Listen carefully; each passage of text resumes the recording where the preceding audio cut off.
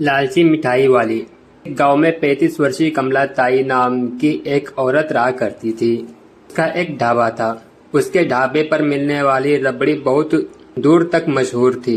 वो रबड़ी को खुद बनाती थी। कमला ताई करूर और निर्दयी स्वभाव की थी। गांव में ब्याज पर पैसे उठाने के काम भी करती थी।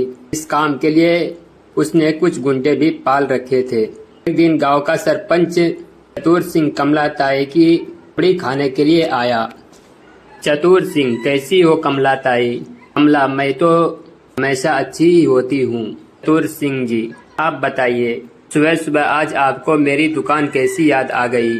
चतुर सिंह, क्या बताऊँ कमला ताई, कल शाम को तुम्हारी दुकान की रबड़ी खाकर घर जाकर सो गया।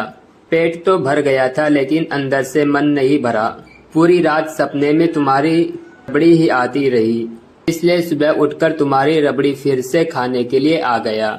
कमला, तब तो आपको कुछ घंटों का इंतजार करना पड़ेगा। चतुर सिंह जी, चतुर सिंह, मैं कुछ समझा नहीं कमला। अब तो जानते हैं चतुर सिंह जी, मेरी दुकान की रबड़ी दोपहर के 12 बजे तक बनकर तैयार होती है। चतुर सिंह, अरे कुछ कल की रबड़ी अगर दुकान पर रखी हो तो वही खिला दो। कमला, चतुर सिंह जी, आप तो जानते ही है, मेरी दुकान पर दूर दूर के गांव के लोग रबड़ी खाने आते हैं। उसमें से बहुत सारे तो बगैर खाए ही लौट जाते हैं, क्योंकि रबड़ी खत्म हो जाती है। कल की रबड़ी बचने का तो कोई सवाल ही नहीं उठता। और वैसे भी अपने गांव में आपके अलावा सिर्फ इक्का दुक्का लोग ही मेरी दुकान पर आते हैं, वरना मेरी दुकान तो बाहर के गांव के ग्राहकों से चलती है। भैया, अरे मालकिन, ये गांव वाले बेचारे आपकी रबड़ी कहाँ से खा लेंगे?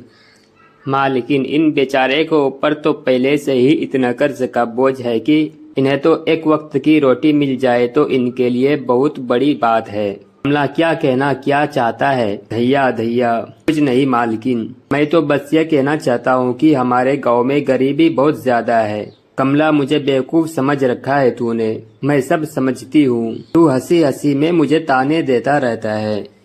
चतुर सिंह, अरे भैया पर क्यों भड़क रहे हो कमला ताई? बेचारा कुछ गलत थोड़ी ही ना बोल रहा है। हम सब जानते हैं कि पूरा गांव तुम्हारा कर्जदार है। उन बेचारों की जमीन जायदाद खेत सब तुम्हारे पास गिरवी रखी है, और वो बेचारे जीवन में ना कभी सही तुम्हारे पैसे लौटा पाएंगे और ना वो अपनी संपत्ति छोड़ पाएंगे, क्योंकि अगर तुम किसी को 500 सूद पर देती हो तो अगले महीने उसका सूद 5000 हो जाता है। लेने वाला तो बेचारा वैसे ही मर जाएगा। कमला, अरे तो मैं क्या गांव वाले को घर घर जाकर जबरदस्ती कर्जा देता हूँ क्या? मेरी दुकान पर खुद आते हैं पैसा मांगने के लिए। पैसे देने से पहले मैं उन्हें सब बात बता देती हूँ कि मैं सूद और लोगों से थोड़ा ज्यादा लगाती हूँ। इसके बावजूद भी अगर वो नहीं मानते तो उनमें मैं क्या करूँ? और तुम तो इतने भोले बन रहे हो चतुर सिंह, जैसे कि तुम तो राजा हरिश्चंद्र की संतान हो। मुझे सब पता है शहर में तुम कौन सा काला कारोबार करते हो। चतुर सिंह, अरे कमला ताई, तुम तो मेरी बात का बुरा मान गई। मैं तो बस तुमसे यह कहना चाहता हूँ कि अपने गांव के लोगों पर थोड़ा सा तरस लिया करो। गुंडे कमला ताई जी, सुखिया चाचा ने जो सूद पर जो रुपये दिए थे उसका अभी तक उन्होंने पिछले 6 महीने से ब्याज नहीं चुकाया है। कमला, अरे पूरे 1 लाख रुपए देकर गया था। इसका ब्याज और असल मिलाकर पूरे 5 लाख रुपए है। जाओ जाकर पैसे लेकर आओ।